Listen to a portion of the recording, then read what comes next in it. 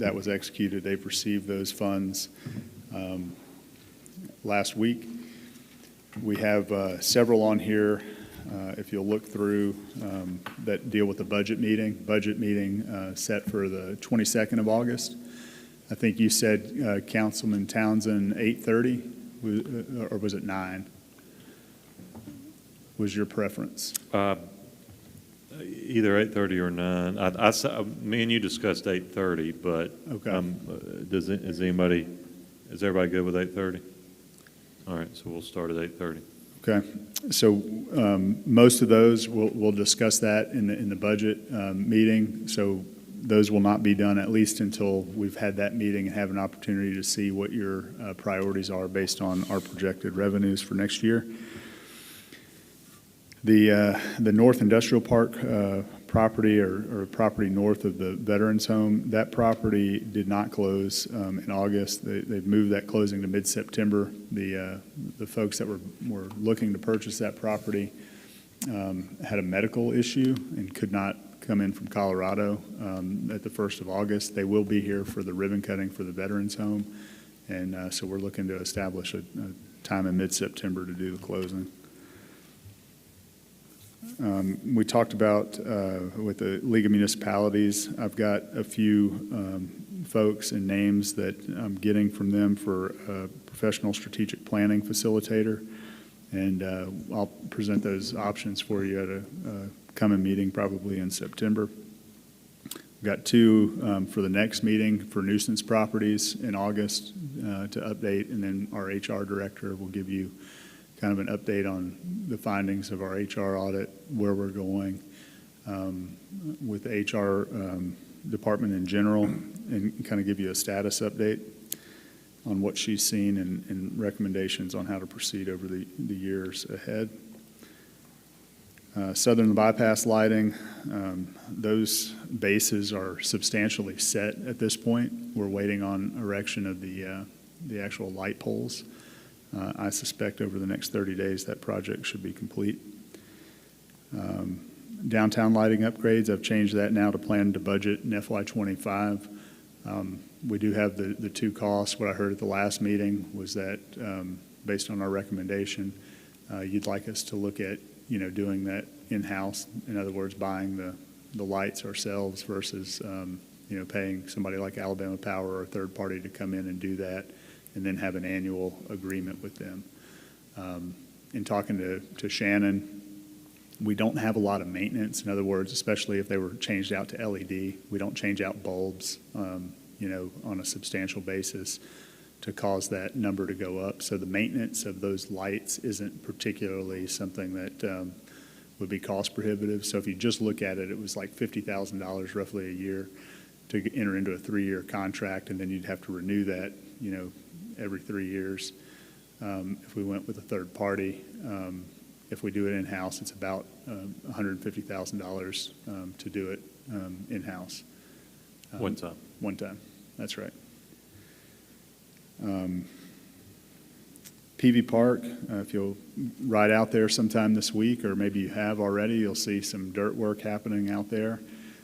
Speaking with Barry and his folks today, we anticipate substantial completion of the field work by the end of the year. That, again, if you recall, we have about $1.5 million budget on there. Alan Mahan and the Water Department were willing to work with us on getting a temporary tap for irrigation so that we could put sod out on the fields in the fall, keep them watered, and then while we're doing a well. So our plan is to dig a well and tie in both sides of PV in the community college property that we got into that well for irrigation. Should be a win-win. I think that's fair to the water department as well. They're spending a lot of money. We tried digging. I don't know if you're familiar with this or not, but we tried to do a well on phase 1. Well, I remember seeing the drilling rig out there. Yeah, we ran into some issues. The driller did, and we already had sod or plans to have sod delivered, so we had to make a quick decision, and we decided to tap into city water. We're running into issues with water pressure for that, and we're also the unrevenued water that Allen and the water department are having to furnish the city is substantial. I think it was over 1 million gallons a month, which can lead to some other issues with capacity and water pressure for residents. So I think the right thing to do is to ultimately drill a well for the irrigation side. And we do have funds. Of course, we won't know until it bids, but we do feel like we have enough funds in our $1.5 million budget to put one in. So what happened to I assume we had money budgeted in the phase one project for That's a right. well. Did we wind up having to spend some of that? We did spend some of it. I think it was somewhere around $350,000 was what the well came back in on the bid. We ended up spending about $150,000 of it. We bought some materials for the well house. Those were already delivered. There was some labor and other materials that were used during the construction of the well that we decided to pay for.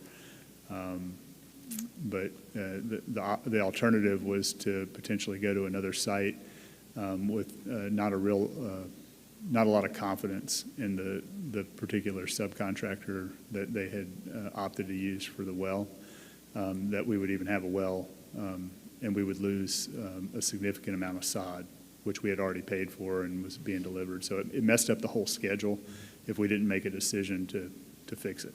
Gotcha.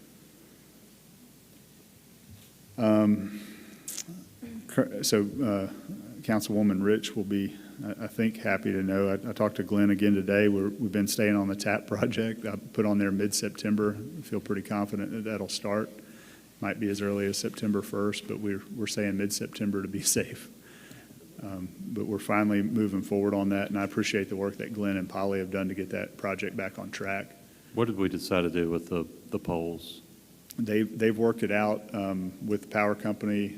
Most of the poles will stay in place. They're just trying to navigate the side. It might wind a little bit, Yeah.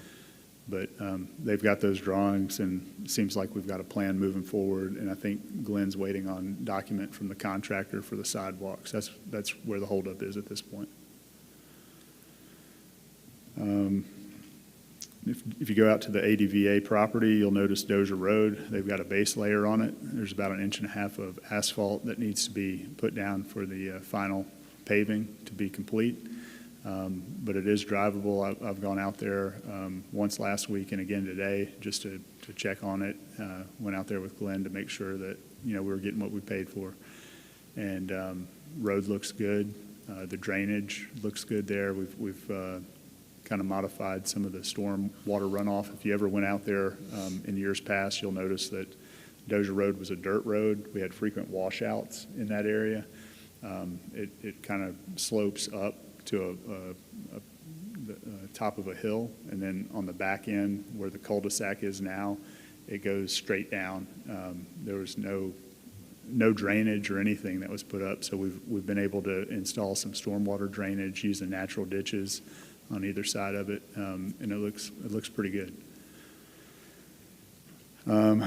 Talked to the attorney about the bylaws for the land bank. He was going back to check with the Secretary of State's office. There's some kind of holdup with the registration on that. That's literally all we're waiting on. Municipal elections, I feel like we're in a good space. We talked about that at the last. I think we'll have the rec center in plenty of time to designate that polling place. Both from a legal perspective, and then I think Blake and Billy Powell have a plan to use the former Moose Hope as the kind of the place to go in. You come in through the entrance.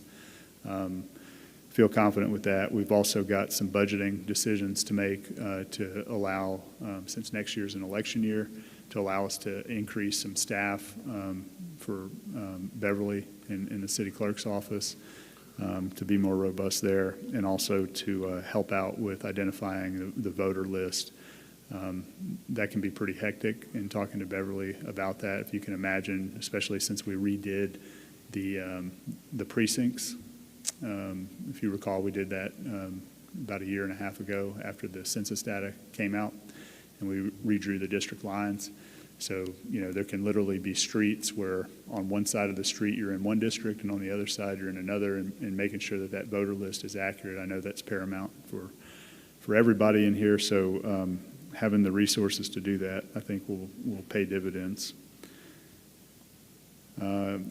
Again, we've got a few things for A-Trip 2 grant. I sent you all an update today that I got on the current A-Trip grant. It looks like we're still moving forward on that. There's going to be some public hearings that will come out, and I don't recall the dates, but it's in the email over the next few weeks in August. I think they're going to be here at the Civic Center. That's what the email said. Yep. And then Enterprise Rescue Hangar, we're still waiting on getting some information on that. Are there any questions about any of the Q3? When do we think we'll find out on the Enterprise Rescue Hangar grant? Is that something this year? Or? Yes, we'll find out this year. I suspect we'll find out in third quarter. Okay. Relatively soon. But again, part of that is a discussion about whether or not do we want to, or do we have the funds to go borrow, or is Enterprise Rescue willing to go to the bank and borrow the funds directly if we apply the grant money to the project? So those are all some of the questions I have before we have a good recommendation. We know they need the hangar space. It's just a matter of kind of how we handle the financing. Mm-hmm. I guess one option is us build it using the grant funds and some other source, and then leasing it to the rescue squad. That's correct. Yeah. And that would be, from a staffing perspective, that would be the least attractive option, because it requires us to, go out and borrow, and from a financial standpoint, Can they own, will this be inside the fence? It will be. So they won't, it would be the equivalent of a lease. ground lease, which we did with Arista. Yeah. Gotcha. All right. Any other questions on any of our Q3 initiatives? All right. Well, let's turn to the agenda and your regular meeting packet. Review that. So, of course, the first items are roll call, opening prayer and pledge of allegiance, and the consent agenda, which consists of City Council work session minutes from July 2nd and 16th, and council meeting minutes from July 16th, which were sent out on Friday and posted to the website. Then we've got accounts payable A for the City of Enterprise and Waterworks, then contract billings for Poly Engineering, the staking of the existing hangar lot at the airport, and the Multipurpose Rec Center Phase 2 for engineering and design. Then we've got travel requests for Parks and Rec, Police Department, and that is it. Any questions or concerns on the consent agenda? Anything we need to pull out and vote on separately? Everybody good? All right, then we've got mayoral recognition of the Hillcrest Beta Club and the 12U Braves Country Champions, then privilege of the floor and staff reports. Then we will move on to old business. First item being the Longleaf Properties LLC rezone. Thomas, anything we need to know about that before public hearing? All right, we'll have, of course, a public hearing tonight. Then Brightspeed franchise agreement, and the Par and Pour, which, remember, we talked about this Brightspeed franchise agreement. Jonathan, Ashley, anything we need to know that on Brightspeed?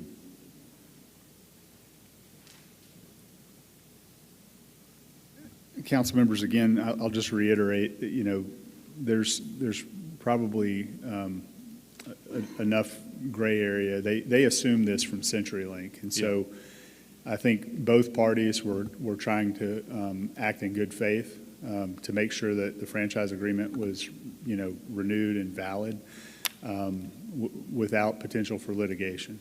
And so I think from the city's perspective, the city attorney, and I'll let her talk about what she added to there specifically, but we heard your concerns about prior franchise agreements, people digging in yards, notification of the engineering department where they were going to work, giving people time, how they left the project, were they going to fix it, all those kind of things.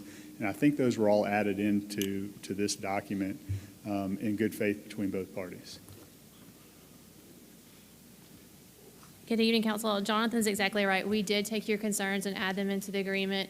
We've made this agreement so that it applies to any of their affiliates, so any of the subs that are out there working. We've added that there's going to be pre-construction meetings with our city engineer, that there will be notice to private property owners. Beforehand, there wasn't a requirement necessarily that they had to put private property owners' property back in place, and now there is a requirement like that. So we took all of those things that you guys have been saying that you wanted and added it to this franchise. And again, as Jonathan was saying, this is not a brand-new franchise per se. It's more of a modification of the previous CenturyLink that we had. So hopefully this will serve as a good template going forward as other franchise agreements renew. Yes, that's what we're hoping, and maybe add on to this as well. We were trying to put in as much as we could with this particular agreement, but we didn't want to push the limit too far because, again, there was the argument previously that they had one, and this was a good faith effort on both sides. So we could take this and learn from it and keep working forward. All right. Thank you. Any questions on that, Council? Well, I have one discussion. Maybe this, I don't know if it's time or what, but since we're talking about future franchises, I'm not sure how many of you had conversations with other folks, but I've had several folks come up to me and they say, when's enough? Way back in the day, you put one big conduit in, put them all in, great. But I've got a lot of folks out there that are just getting irate at every time somebody new is coming in, digging up their yards, spend a lot of time, taking care of the yards and stuff. And just how many times is enough? And that's exactly one gentleman's thing is when's enough? So it's something I think we need to think about at one time. Then another. And we get a lot of calls down at City Hall that some group is out there working, we don't know who it is. And the main thing is them letting us know what part of town or where they are going to be, so that when we get these calls, then we'll know who we're working with. Yeah, and I think that's going to take care of that part of it, but my part is, when do we cut it off? When do we say that's enough? I know new technology coming in, but I'm thinking of the citizens out there. We've got to stop someday, or just put one huge pipe in there and then Sure. marry it up, or something. But the easy way with the engineers. And I think that's a great discussion for the council to kind of guide us on. There's certainly an argument for commerce and competition amongst entities. I do believe that we're in kind of an anomaly of a situation right now because of the amount of federal funding that has been, they pushed broadband and growing fiber out, particularly after COVID. A lot of money went to all the states. So I know in our case, ADECA administers those funds. So a lot of these places like C Spire, Troy Cable, Brightspeed, Crown Castle, all these people that are coming to us to spend this money aren't necessarily doing it because it's a business case solely. In other words, they might not choose to be an enterprise had they not had additional funds that opened up to allow them to be here. I do think there's an argument to be made that everybody along the streets, that there are multiple fiber providers will benefit from the competition in terms of their rate or potential rates that could be out there. But there is a finite amount of space in our rights of way. And, by the time you get electricity, gas, fiber, other service providers that might be there, it can get crowded. And I think we've seen that. And so maybe that goes back to our subdivision regulations with the Planning Commission and the council. Maybe so. But the water is the biggest thing. That's folks I've water, talked to is, sewer, there goes my water line. But also, again. just for clarification, most of the problems we have had are not with new franchisees. These are existing franchise holders, right? Yes, and then Like both. C Spire was Troy Right. Cable. And then both franchise agreements we've done this year were basically companies that we'd previously had franchise agreements with, and they've changed their names. Yeah. So this year, we have not put any new in per se. These both have been companies that have been modified over the years. Yeah. So these are companies that already have agreements. True, but with them. Yes. they're still tearing up places, and they're They still are. having people complain about it. Yep. And it's not going to stop. That's why we're trying to get. And with that, when we do these modifications, that's why we're trying to get some of these new terms in to address those problems that you're discussing. Thank you. All right, any other questions on that? That is a good point, though, Scotty, thank you. All right, next item is the Par and Pour ABC license request, then moving on to new business, which is the acceptance of deeds for the Veterans Home. Jonathan, you and I were discussing this prior. Go ahead. So Mayor, council members, if you have been out 51 or 167 towards the Veterans Home, you'll notice a new road that spans from 167 to Highway 51. It's got a little roundabout on it. That new road traverses Industrial Development Board property until on or about the area of Hickman Road that we vacated, and then it is picked up by the ADVA's property. So they constructed that road, and now, much like a subdivision, they're asking the city to take ownership and maintenance of that road, which we have previously agreed to, should the road be built.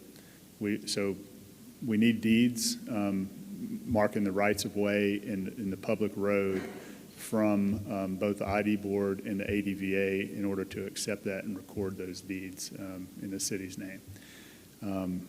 This is not urgent to the point that, it will stop any activity or things happening at the ADVA. However, I would recommend that you suspend the rules tonight to adopt this, mainly because the ADVA is starting to take delivery, and they're having some issues now with, their postal carriers, UPS, FedEx, deliver, like where does this exist? And, we haven't formally adopted the street. We haven't recorded that street. We've given it an E911 address as Veterans Parkway, but the post office doesn't recognize that right now. And so to the extent that we could expedite that and assist them with deliveries and other things coming into the home to navigate, get it on Google Maps, those kind of things, I think, an extra 2 weeks would be prudent to allow that to happen. Does anybody have any concern with suspending the rules and adopting this evening? Obviously, you've got to be unanimous to do that, so, all right. Okay, next item is the authorizing memorandum of agreement for United Aero Group Alabama ARF Services. I believe this is something we do annually. Is Chief Davis in the building? He had some wisdom teeth taken out in the world. He thought he'd be back for it, but maybe he got some bad advice from his dentist. So this is a normal thing that we do on a recurring basis. For those of you that aren't familiar, Arista Aviation was the reason that we have an ARF vehicle at the airport, and we built a fire station out there that opens both to the airport side and to the bypass. That ARF truck has to be certified to be able to respond to incidents both at Arista and anywhere else on the general aviation airport that may happen. So this agreement is, it helps the business because I think it's part of their requirements for DCMA compliance. They have State Department contracts and other contracts with federal entities, so they have to be a DCMA compliant facility, which will include us providing this ARF service. So this is nothing out of the ordinary. We've been doing it since, I think Arista came in 2014. So it's been that long since we've been carrying this out on an annual basis. Any questions for that? All right, next item. Mariah, you want to tell us about the trash receptacles for Main Street Enterprise? Looks like we've got 5 34-gallon black trash receptacles with side openings at a cost of $12,000 that the city will technically be buying, but these funds were raised by Main Street Enterprise, right? Yes, that is correct. Also, the only change that's been made since the examples that you received last time is that the openings are on the top are going to be a little bit different. After conferring with the Engineering and Public Works Department, they selected one that worked best for them. Okay. Any questions, concerns on that? All right, thank you, Mariah. All right, then we will recess regular session, go into an E911 board meeting. We'll review our minutes and approve our accounts payable. Any questions on the E911 board meeting. All right, then we'll go back into regular session and adjourn for the evening. Everybody good with that agenda? Any additions, deletions, corrections? All right. So our next item and last item on our work session agenda is a request from our city attorney, Ashley Marshall, to go into executive session regarding legal advice and good name and character. We expect that'll last approximately 30 minutes. We'll come back in here. We will not discuss anything else in work session, or we don't expect to. We'll adjourn and go into regular meeting at 6 o'clock. Do I hear a motion to go into executive session? So moved. Second. I have a motion and a second to go in executive session. Is there any further discussion? All those in favor say aye. Aye. All opposed, same sign. Motion carries. Like I said, we'll expect to be going about 30 minutes and return to convene in regular session.